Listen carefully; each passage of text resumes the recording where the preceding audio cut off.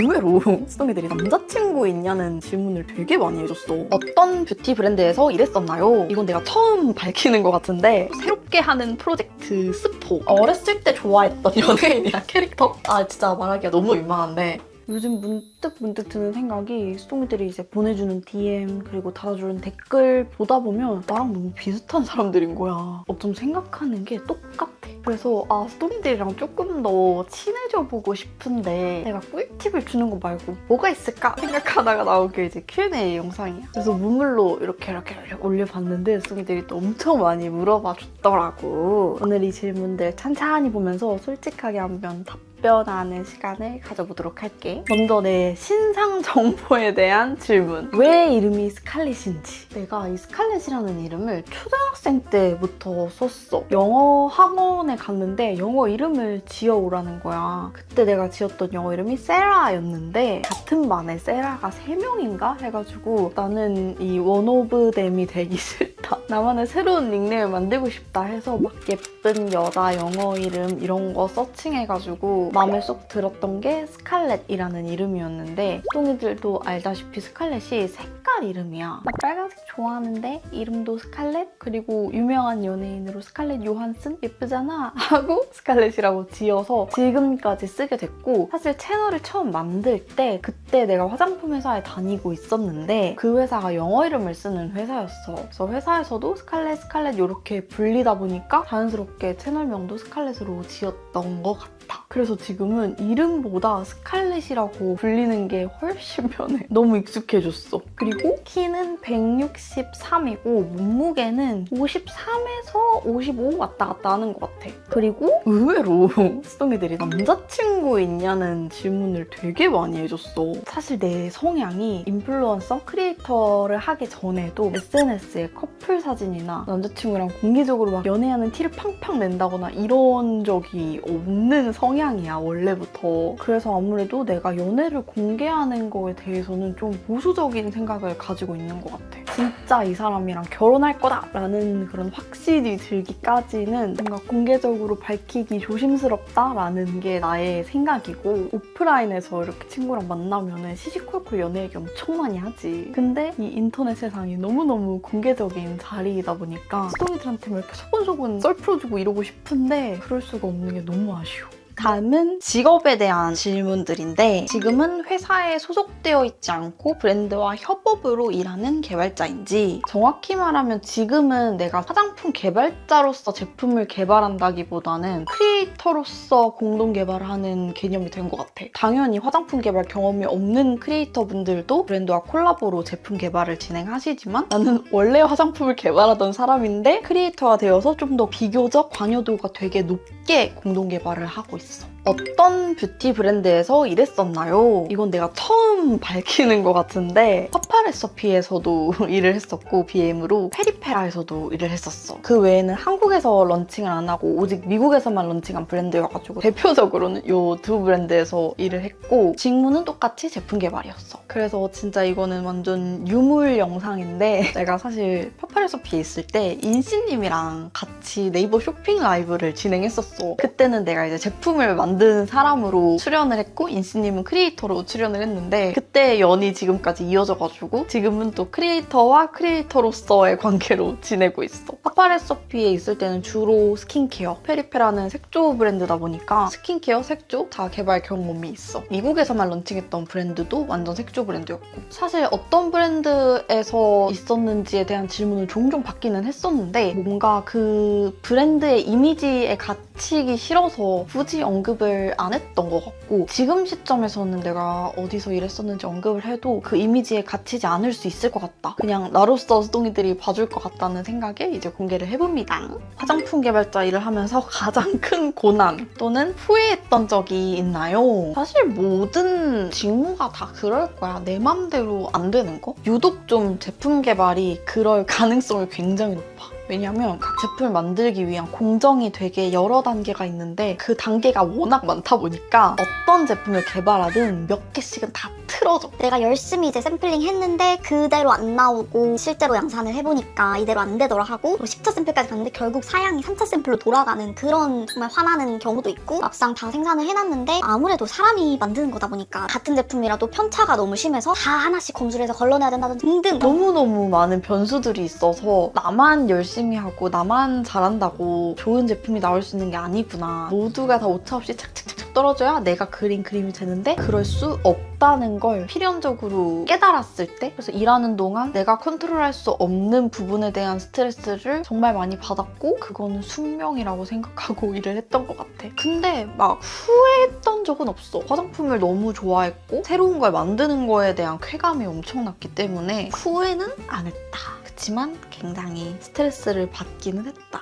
화장품 개발자가 되는 법, 공부 잘해야 되는지. 보통은 이제 화장품 브랜드에 소속되어 있는 화장품 개발자일 거란 말이지. 공부를 잘하면 좋겠지만 생각보다 공부 잘한 게 티가 안 날 수 있다. 왜냐면 아무리 신입이라도 포트폴리오가 무조건 있어야 되거든? 근데 그 포트폴리오에 내 성적만 적으면 되는 게 아니야. 무조건 들어가면 좋은 게 이제 대외 활동, 내가 화장품을 얼마나 사랑하는지 이런 것들이거든? 그래서 공부를 열심히 하고 좋은 학교를 가면 물론 좋겠지만 내가 다녔던 회사들 전부 기본 조건은 4년제 대학교 졸업이었고 그 외에는 본인이 포트폴리오를 통해서 얼마나 어필하느냐였어. 절대 자랑은 아니지만 대학교를 수석 입학하고 수석 졸업을 했어. 이력서에 4.2 괄호 뭐 수석 이 정도를 쓰긴 했는데 그것 때문에 떨어질 면접을 붙거나 그런 적은 없는 것 같아.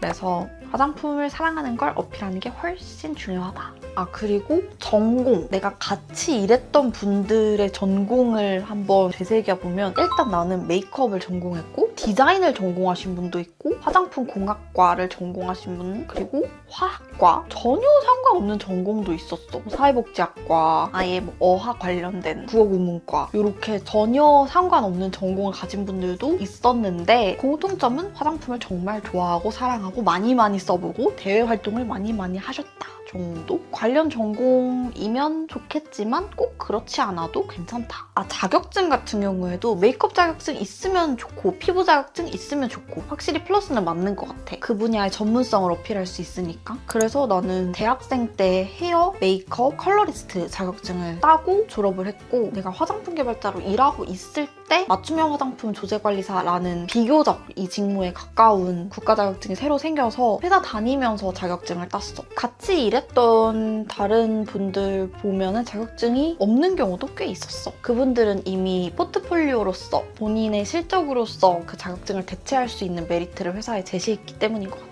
다음 질문은 그 많은 시딩들을 어떻게 처리하는지. 일단 내가 시딩깡 영상을 주기적으로 올리다 보니까 이런 질문을 해준 것 같은데 사실 알맹이만 놓고 보면 괜찮아. 근데 문제는 시딩 패키지들 진짜 크고 그냥 종이로만 된 게 아니라 아예 아크릴, 플라스틱 아니면 스폰지를 종이에 붙여서 떼어지지가 않는 거, 그런 것들이 좀 말썽인데 그냥 열심히 뜯어서 분리수거 하고 있어. 진짜 시딩깡 찍고 나면은 찍는 시간만큼 박스 정리하는 시간이 드는 것 같아. 힘들지만 뭐 매일 하는 거는 아니니까 좀 몰아서 하면은 그래도 한 1, 2주에 한 번 3, 4시간 정도 박스 정리를 한다고 생각하면 될 것 같고, 알맹이 같은 경우에는 최대한 써보려고 해. 왜냐면 브랜드에서 보통 시딩을 보내주는 제품들이 대부분 진짜 주력 제품이거든? 브랜드도 돈 써서 보내주는 거잖아. 택배비도 그렇고 포장비도 그렇고. 그래서 진짜 자신 있는 제품들 위주로 보내주시기 때문에 나도 이왕이면 좀 새롭게 나오는 그런 제품들 계속 써보면서 인사이트도 얻고 수동이들한테 추천해주고 싶은 제품을 발굴하고 싶어서 최대한 써보는 편이고, 너무 내 퍼컬에 안 맞는 컬러거나 딱 봐도 내 취향이 아니다 이런 제품들은 최대한 지인들 아니면 어울릴 것 같은 사람들에게 선물해주고 있어.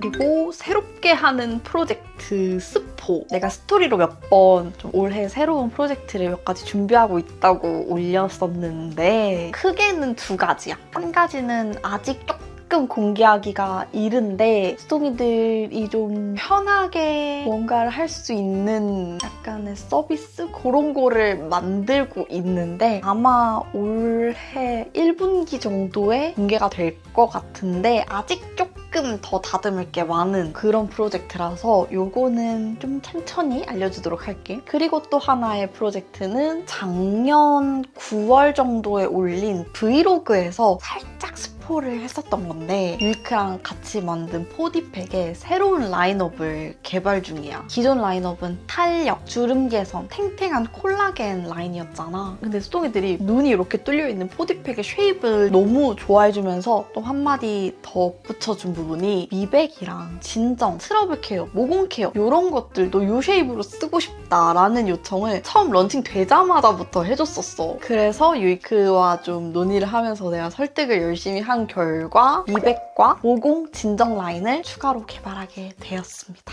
이것도 차차 개발 과정이랑 어떤 포인트에 집중했는지 뭐가 시중 제품이랑 다른지 소개를 해주도록 할게요. 그리고 새롭게 나오는 팩은 3월 25일에 유이크 포디팩 마켓에서 최초로 런칭할 예정입니다. 좋아해줬으면 좋겠다. 정말 우여곡절 끝에 탄생한 진짜 괜찮은 제품이거든.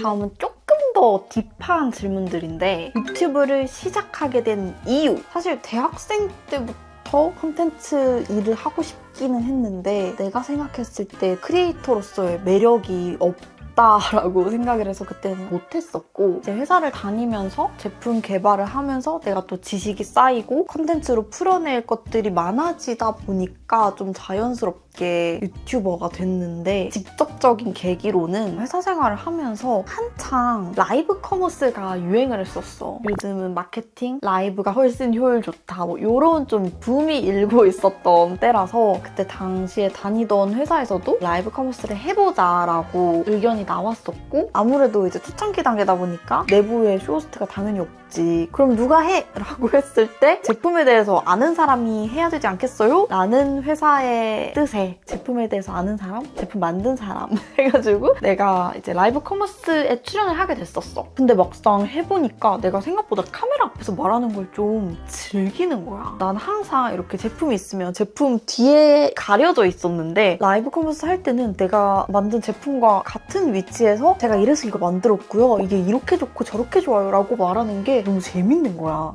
그때 좀 깨달았던 게 나는 나서서 말하는 걸 좋아하는구나. 그즈음에 이제 내가 유튜브를 하고 싶어가지고 영상을 막 이렇게 찍어봤다? 근데 회사 다니면서 유튜브를 도전해본 수동이라면 정말 공감할 텐데 진짜 내가 밤낮 잠 줄이고 주말 동안 편집하고 해도 긴 영상, 뭐 10분 넘어가는 영상은 한 달에 하나가 나올까 말까 한 거야. 그렇게 영상 한 2개 정도 만들었나? 그 즈음에 드는 생각이 이런 식으로 채널을 운영하면 아무것도 될 수가 없다. 내가 들이는 이 노동력에 비해 너무 결과가 처참했어. 그때 막 조회수 56? 막 이러고. 근데 나는 한 달 내내 그 영상을 만드느라 정정긍긍하고 좀 아닌 것 같더라고. 근데 그때 떠오른 게 숏폼이었어. 그때는 릴스, 쇼츠 없었고 오직 틱톡만 있었거든? 그래서 그때 이제 라이브 커머스를 더 잘하고 싶은 마음에 라방 홍보 숏폼을 만들어서 틱톡에 올리기 시작했어. 당연히 그때도 조회수가 안 나오긴 했는데 그래도 56보다는 낫더라고. 그리고 숏폼은 출퇴근길에 얼추 한 2, 3일이면 하나를 만들 수 있겠더라고. 그래서 계속 이렇게 숏폼을 만들다가 어느 날은 그냥 라방 홍보가 아닌 그냥 뷰티 꿀팁 숏폼도 올려보고 하는데 생각보다 조회수가 오르더라고. 처음에는 뭐 5,000명 이렇게 조회수가 찍혔을 때 진짜 깜짝 놀랐고 진짜 운 좋게 10,000뷰, 2만, 3만 뷰 나오니까 너무 재미있는 거야. 그래서 자연스럽게 짧은 영상부터 시작하게 됐고 한 1년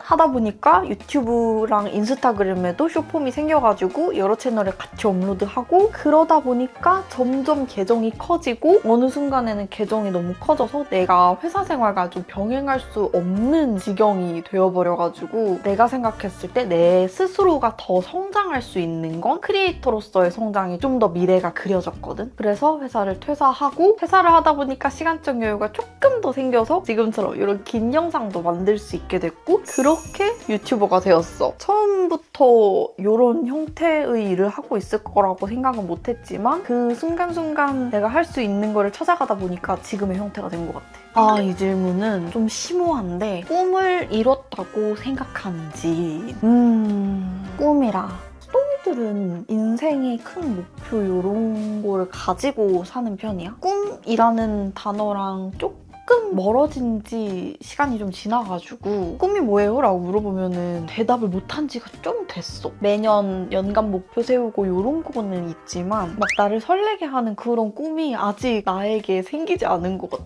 그래서 꿈을 이뤘냐는 질문은 꿈이 없기 때문에 이루지 못했어 아직. 꿈이 생기고 그 꿈을 이루면 너무 좋겠어. 그런 원동력이 생겼으면 좋겠긴 해. 그치만 자잘자잘한 목표들을 세우고 작은 성취감들을 느끼면서도 충분히 재밌게 살고 있기는 하다. 나처럼 꿈이 없는 수동이들 괜찮아. 나도 없어.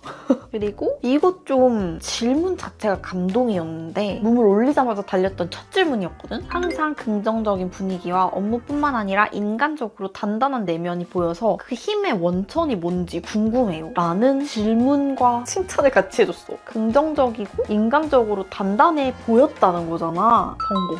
근데 약간 나의 긍정적임은 좀 양면성이 있는 것 같아. 뭔가 결정을 하거나 어떤 상황에 대해서 생각할 때 일단 최악의 상황을 상상하거든? 예를 들어서 내가 뭐 핸드폰을 사? 진짜 비싼 핸드폰, 뭐 1000만 원짜리 핸드폰을 산다고 쳐? 이 선택을 하고 나서 근데 그 핸드폰 잃어버리면 어떡하지? 아니면은 누가 부셨는데 1000만 원짜리 핸드폰을 물어달라고 하는 건 좀 무리 아닌가? 이런 최악의 상황까지 막 생각을 한다? 그러고 나서 근데 안 그럴 수도 있잖아. 약간 이런 근거 없는 긍정적임도 동시에 가지고 있단 말이야. 근데 뭔가 진짜 웬만하면 확률적으로 최악의 상황이 일어날 가능성보다 안 일어날 가능성이 높지 않아? 최악을 왜 최악이라고 하겠어? 막 뉴스에 나오고 진짜 너무너무 재수가 없는 그런 경우를 생각하면 이 정도면 양반이다. 약간 이런 생각으로 늘 사는 것 같아. 그래서 수동이들도 자꾸 뭔가 부정적인 생각이 들면 그냥 그걸 최악까지 찍어. 그 다음에 다시 현실로 돌아와봐. 생각보다 현실은 괜찮을 것이다. 그것보다는 그게 내 사고방식의 흐름인 것 같고 항상 힘의 원천?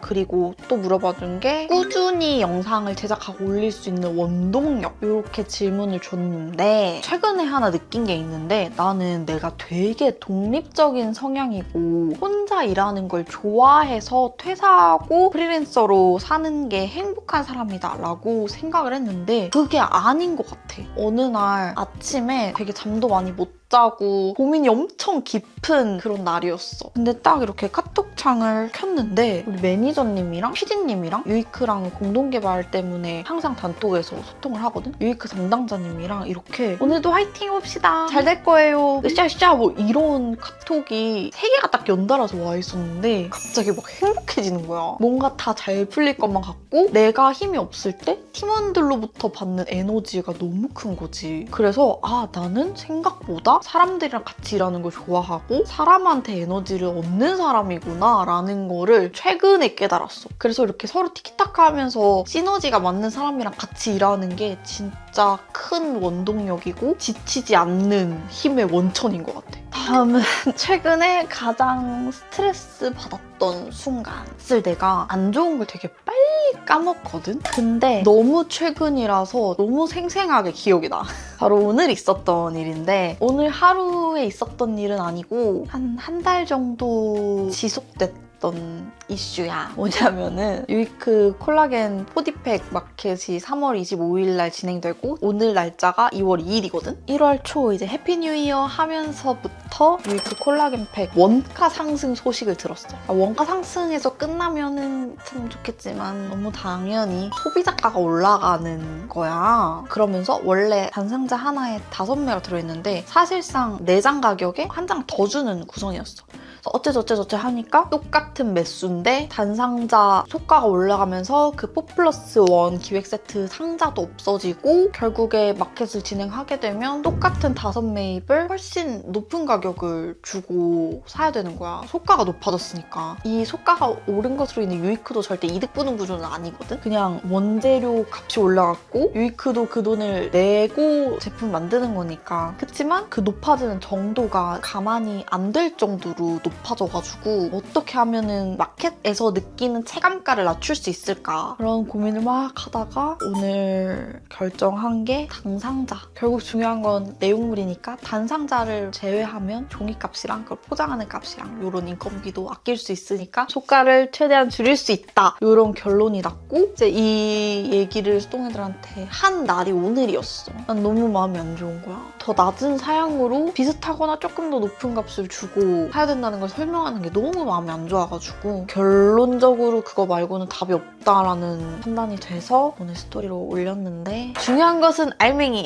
오히려 좋아. 쓰레기 줄었어. 이런 얘기를 해줘가지고 너무 고맙고 미안하고 그런 마음이고 보니까 선물용으로 콜라겐 팩을 구매하는 수동이들도 많더라고. 지난번 마켓 때 보니까. 그래서 유이크랑 얘기를 해서 이제 쇼핑백이라도 선택할 수 있게 해주자라는 의견 조율까지 오늘 하고 있는 중이야. 쇼핑백도 좀 비싸가지고 무제한으로 수량을 제공하기는 어려운 상황이라서 꼭 필요한 수동이들만 이렇게 선택해서 가져갈 수 있게끔 해야 될 것 같고 그런 식으로 풀어나가고 있는데 고민과 아쉬움이 좀 있었다 최근에. 아직도 사실 슬퍼.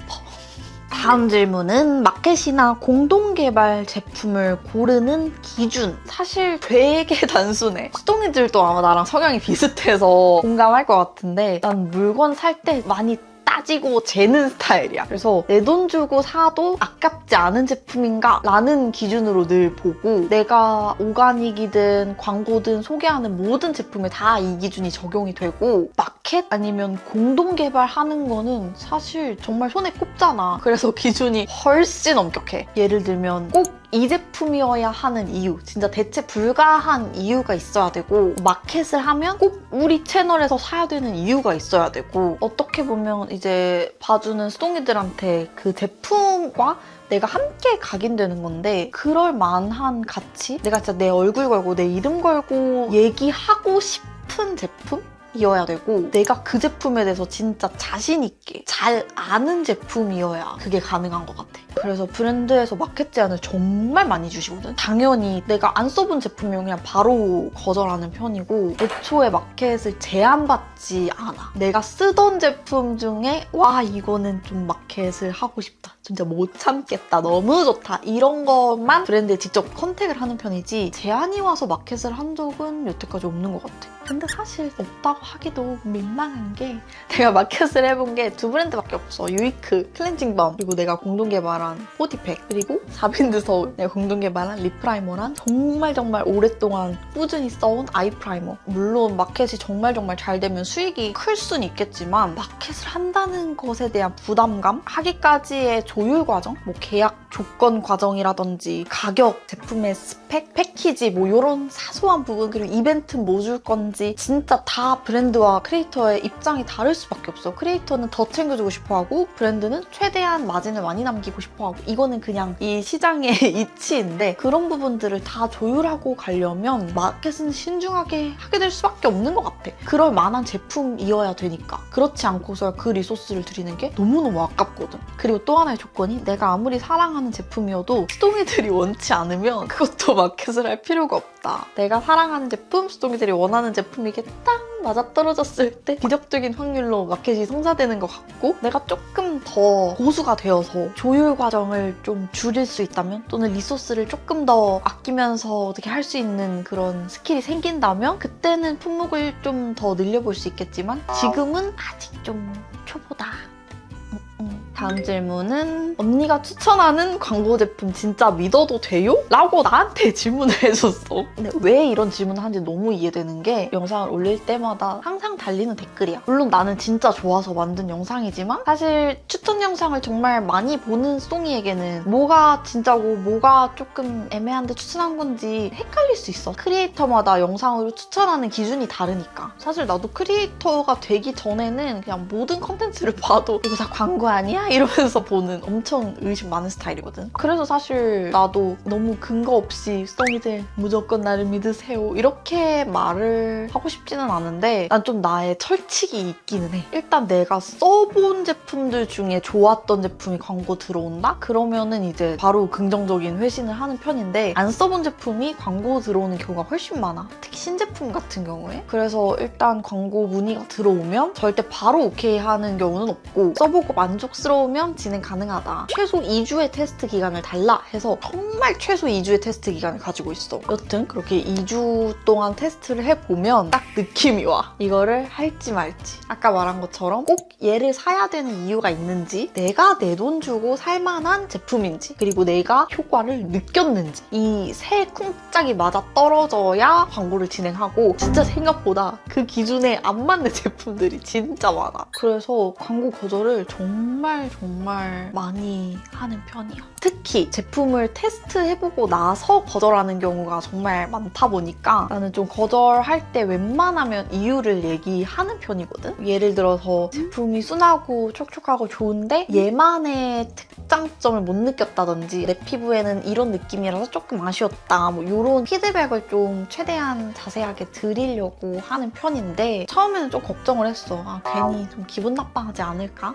말 안 하는 게 낫나? 이런 생각을 했는데 그냥 나는 그 제품이 이왕이면 잘 됐으면 하는 마음도 있고 화장품을 사랑하는 사람으로서 내가 어떻게 느꼈는지는 꼭 말씀을 드려야 될 것 같아서 최대한 자세하게 말씀드리고 있는데 정말 다행히도 내가 거절한 제품이 뭐 10개면 한 9개 정도는 오히려 감사하다는 회신이 오더라고. 다음에 이런 부분이 개선된 제품이 있으면 꼭 다시 찾아오겠다 이런 식으로 답을 주셔가지고 더더욱이 마음 놓고 거절을 하고 있다. 이것도 깊다 깊어. 앞으로도 절대 바꾸지 않을 채널 원칙 하나만 말해준다면? 완전 채널 초창기에 정했던 원칙이 하나 있어. 내가 운영하는 이 채널은 쏨이들의 시간을 아껴주는 채널이고 싶다. 사실 우리의 삶은 한정적이잖아. 내가 어떤 팁을 알려줌으로써 스토니들이 뭐 메이크업을 좀 더 쉽게 할 수 있게 된다든지 나한테 맞는 스타일을 찾는 시간을 줄여준다든지 그런 가치를 나는 주고 싶고 그래서 이왕이면 의미 있는 영상을 만들고 싶어. 이거는 약간 내 성격이랑도 맞닿아 있는데 어떤 일을 할 때 이걸 함으로써 어떤 의미가 있는지를 찾지 못하면 그 일을 잘 못하겠더라고. 그래서 영상을 만들 때도 어떤 의미가 있는지 어떤 이점, 어떤 목적을 가지고 보는 이로 하여금 어떤 메리트를 가져갈 수 있게 하는지에 대한 설득이 안 되면 그 영상을 만들지 않는 게 낫다고 생각해. 그리고 이 영상을 봐주는 스토니의 시간? 너무 소중해. 근데 그 시간을 내가 망치고 싶지 않아. 더 의미 있고 더 좋은 시간으로 쓰게 해주고 싶어. 한편으로는 또 내 시간도 너무 소중해. 그리고 내 영상을 같이 편집해주는 우리 PD님들의 시간도 너무 소중해. 생산자 입장에서도 시간이 소중하고 보는 사람도 시간이 소중해. 그러면 어때? 의미 있는 영상을 만들어야 돼. 그래서 항상 내가 영상을 만들 때마다 무슨 행동을 할 때마다 채널 관련된 어떠한 결정을 할 때마다 늘 생각하는 건 우리 채널은 쏨이들의 시간을 아껴주는 채널이다. 도움을 줘야 된다. 이런 마인드가 늘 있는 것 같아. 다음은 좀 이제 라이트하게 뷰티 관련된 질문이야. 언니가 생각하는 화장에서 제일 중요한 게 뭔가요? 나는 면적상도 그렇고 피부. 베이스가 텁텁하면 그냥 그날 메이크업은 아무리 눈코입이 예뻐도 난 눈코입 안 보이더라고. 그래서 베이스가 제일 중요하다. 피부 표현 예쁜 거. 너무너무 중요하다. 다음은 내 피부 타입. 나는 복합성 피부고 약간 유전인 것 같은데 마찰의 피부가 유독 약해. 내가 아직도 기억나는 게 어렸을 때 부모님이랑 워터파크를 갔는데 우리 아빠가 튜브를 이렇게 차고 계셨어. 근데 튜브를 딱 벗었는데 그 배가 새빨갛게 빨개져 있었던 그 모습이 아직도 눈에 선하거든? 약간 올록볼록하게 부어있었어. 근데 나도 피부가 좀 그래. 그래서 막 맨날 벅벅 닦는 토너 패드 이런 거 절대 못하고 토너 패드에도 팩토 위주로 하고 닦는 건 이제 부분 실리콘 누브라 있잖아. 이런 거 오래 착용하고 있으면 빨갛게 부어올라. 아무튼 그렇게 좀 온몸 피부가 마찰에 약한 편이다. 다음 어떤 영양제 챙겨 먹는지. 사실 현대인의 필수 루틴 영양제 챙겨 먹기잖아. 근데 나는 영양제를 안 먹고 있어. 일단 첫 번째로 내가 확신이 없으면 잘 못 먹어. 그러니까 이게 어떤 메리트를 나한테 줄지, 내가 이걸로 얻는 장점 뭐고 단점 뭔지 이게 내 머릿속에서 좀 정리가 되지 않으면 좀 못 믿는 편이야. 아무래도 자연의 것이 아닌, 자연의 것을 가공해서 특정 영양소만 이렇게 쭉 뽑아낸 그 영양제를 먹는 게 내 몸에 어떤 영향이 있을지 확신이 없어서 영양제를 아직 안 챙겨 먹고 있고, 나는 최대한 음식 골고루 섭취하면서 자연적으로 영양소를 얻는 게 나의 추구미기는 하거든? 근데 그런 거는 좋아해. 약간 몸에 좋은 식품 먹는 거? 뭐 요즘에 올리브유랑 레몬즙 아침에 이렇게 한 잔 마시는 게 그렇게 몸에 좋다고 해가지고 그런 거는 좀 먹어보고 있는데 뭔가 확 느껴지는 그런 건 없어가지고 지금 먹는 거 떨어지면 그만 먹을 것 같기도 하고 그렇습니다. 언제부터 나만의 스타일을 찾았는지 사실 난 아직도 찾아가는 과정인 것 같거든? 영상을 좀 오래 봐준 수동이들은 알겠지만 한 2년 전쯤까지만 해도 되게 느낌이 달랐어. 화장법도 많이 다르고 헤어스타일도 조금 더 컬이 많이 있는 상태였고, 근데 그때도 그렇고 지금도 그렇고 내 베스트 스타일인가에 대한 의문은 있어서 계속 야금야금 바꿔볼 것 같아. 아직 나만의 스타일을 찾지 못했고 내 취향이 계속 변해서 이것이 딱 나만의 스타일이에요 라고 정착을 하는 날이 올지 사실 잘 모르겠어. 계속 바뀌는 게 좋아. 장발 생각 있나요? 있어. 근데 내가 거지존을 좀 못 버티겠어가지고 만약에 장발을 해도 붙임머리를 해야 될 것 같아.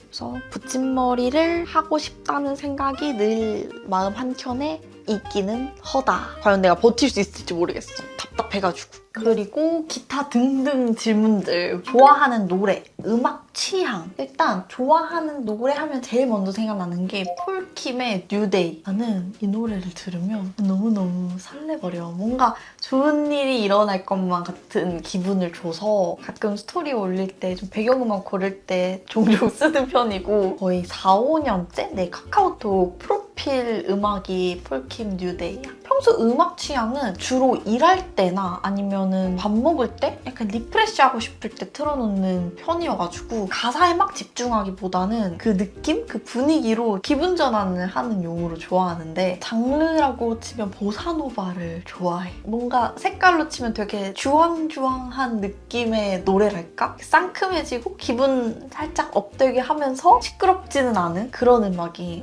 내 취향이고 되게 자주 듣는 장르다. 스스로에 대해서 제일 좋아하는 점? 내 어떤 점을 내가 좋아하는지? 내가 최근에 990원 사주 사이트에서 사주를 한번 봤는데 원래 사주에 불이 많다는 건 알고 있었어. 근데 토도 많더라고. 토의 의미가 살짝 나쁘게 말하면 고집? 좋게 말하면 끈기? 그런 특징을 가지고 있더라고. 그래서 내가 불이 많아서 약간 되게 추진력 좋고 열정 이런 스타일이면서 같이 끈기도 있다는 거야. 그게 너무 마음에 들어. 난 끈기 있는 편인 것 같아. 뭔가 하면 좀 진득히 잘하는 편이고 목표가 있으면 잘 포기하지 않는다? 물론 안 맞는 거는 절대 못하지만 내가 한번 마음을 정하면 끈기 있게 해내는 점이 좀 마음에 들어. 아주 마음에 들어. 어렸을 때 좋아했던 연예인이랑 캐릭터? 아 진짜 말하기가 너무 민망한데 중학생 땐가? 고등학생 땐가? 독서실에서 라디오 듣고 있었나? 그런데 저스틴 비버의 베이비 노래가 이제 나오는 거야. 라디오에서 처음 딱 그 노래를 듣고 중성적이다. 근데 이거 부른 사람은 어떻게 생겼을까? 궁금해가지고 이제 저스틴 비버 이렇게 검색했는데 그 당시에, 좀 오해하지 마. 그 당시에 아주 잘생긴 거야. 나이대도 나랑 약간 또래 느낌이어가지고 약간 짝사랑을 하게 된 거지. 그땐 그랬어. 그때는 그런 이미지였다고, 수동이들.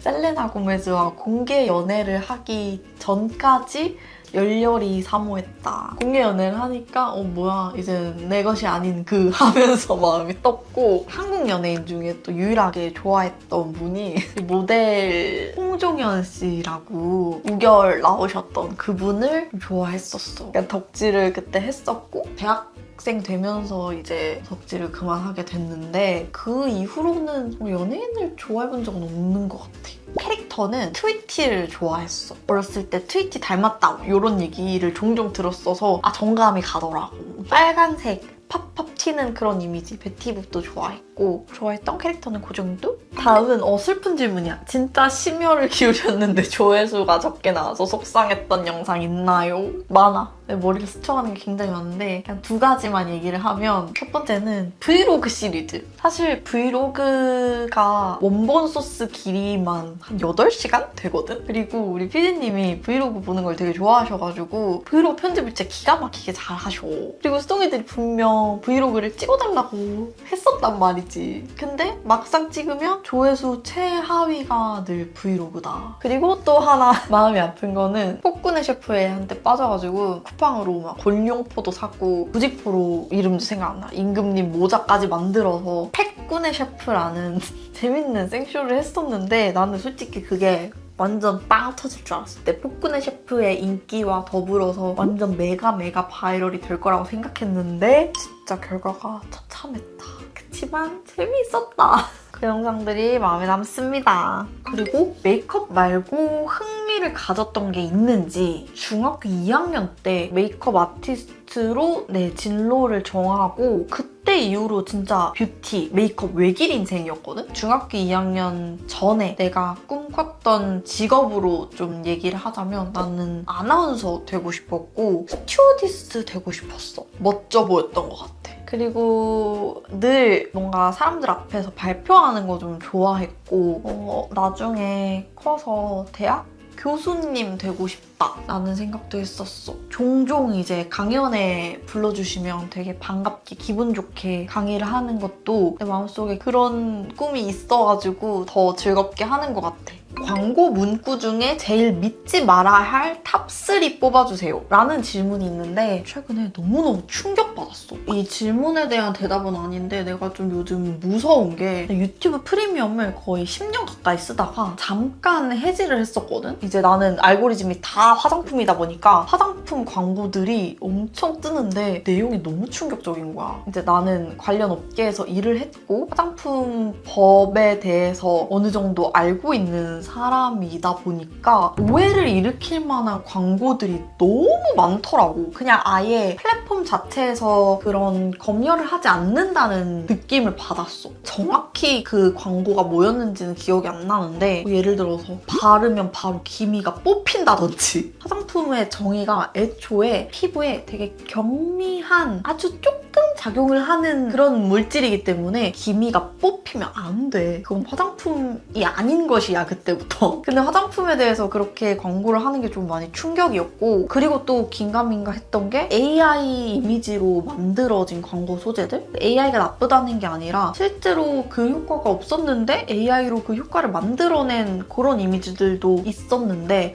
이거는 사실 수동이들은 아마 똑똑해서 이거 AI 이미지구나 바로 알 텐데 나는 부모님 세대에서는 좀 헷갈리실 수 있겠다. 오해 소지가 있겠다라는 생각이 들었던 소재도 많았어. 거짓 광고가 만들어지기 너무 좋은 시대인 것 같거든? 부디 이게 AI가 발달하면서 생기는 일시적인 현상이기를 바라면서 그런 광고들이 자체적으로 좀 필터링이 잘 됐으면 하는 바람이야. 그런 광고를 다들 보고 있었다니 좀 마음이 안 좋더라. 마지막 질문. 팬사인회 생각이 있는지. 팬사인회? 하면 와줄 거야?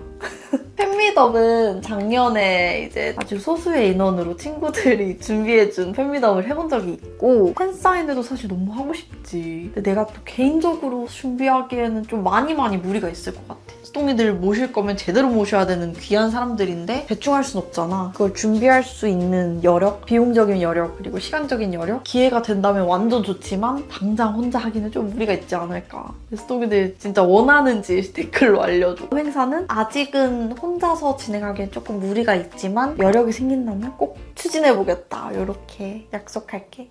오늘 Q&A 생각보다 되게 오래 찍었거든. 한 4시간 동안 혼자서 열심히 대답을 했는데 수동이들의 궁금증이 조금이라도 해소됐기를 바라면서 우리가 조금 더 친해졌기를 바라면서 오늘 Q&A 영상 마무리해볼게. 또 궁금한 점 있으면 댓글 달아주고 그럼 우린 다음 영상에서 만나.